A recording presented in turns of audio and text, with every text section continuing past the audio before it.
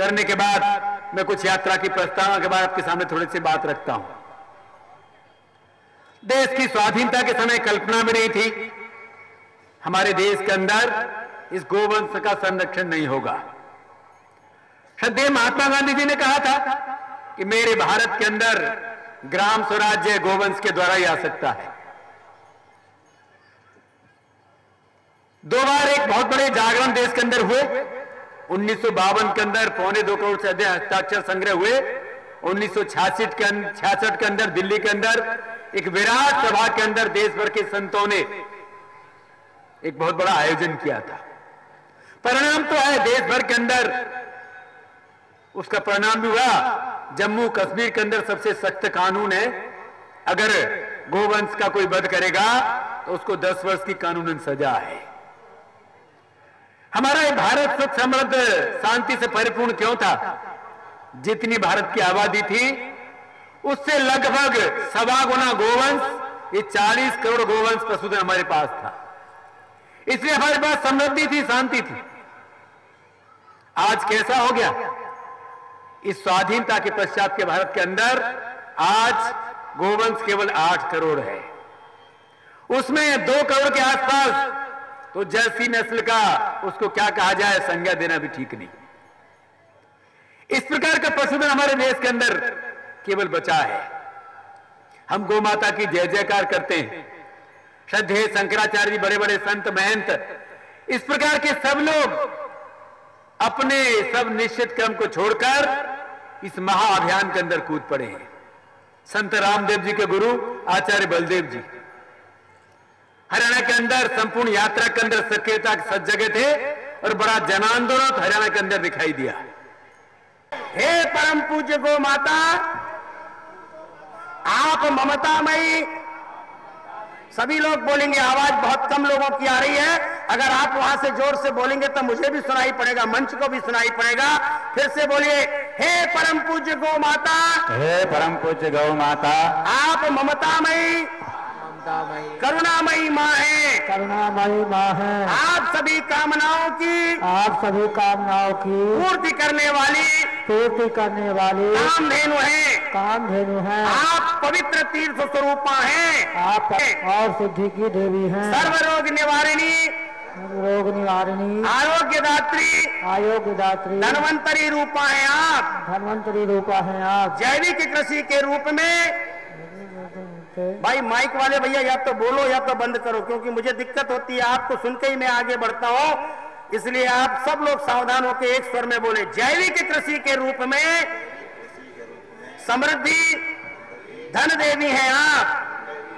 परम पूजन कर्म से आपकी तथा आपके नैसर्गिक जल, जमीन, जीव समूह, जंगल एवं जन के पवित्र की सुरक्षा, संवर्धन एवं सेवा के लिए करूंगा।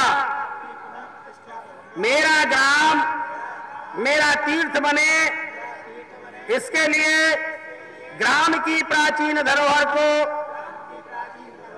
सुरक्षित रखते हुए उसे सुंदर स्वावलंबी बनाने के लिए मैं तन मन धन से प्रयत्न करूंगा। हे मां, इस शुभ संकल्प की पूर्ति के लिए मुझे शक्ति एवं सामर्थ्य प्रदान करें। आप सब लोग दोनों हाथ ऊपर उठाएंगे, मुट्ठी बांधेंगे, मुट्ठी पे ताकत देंगे। जितनी ताकत मुट्ठी पे देंगे उतना ही जोर अपने गले पर दीजिए और मेरा पूरा वाक्य सुनने के बाद आप उसको दोहराइए। गो माता की जय, गो माता की जय, भारत माता की जय। धन्यवाद। गुरोर्मूर्ति पूजा मूलम गुरोः पदम मंत्र मूलम गुरोर्वाक्यम मोक्ष मूलम गुरोः कृपा। यया सर्वमिदं व्याप्तं जगत् स्थावर जंगमं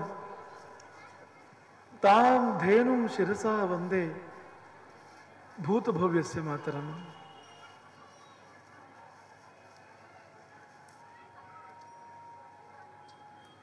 लोकाभिरामं रणरंगधीरं राजीवनेत्रं रघुवंशनाथं कारुण्यरूपं करुणाकरन्तं श्रीरामचन्द्रं शरणं प्रपद्ये।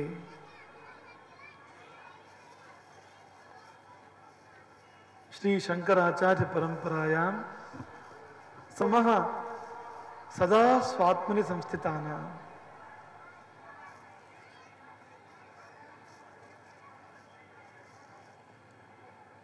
जो वात्सल्यमयी गोमाता,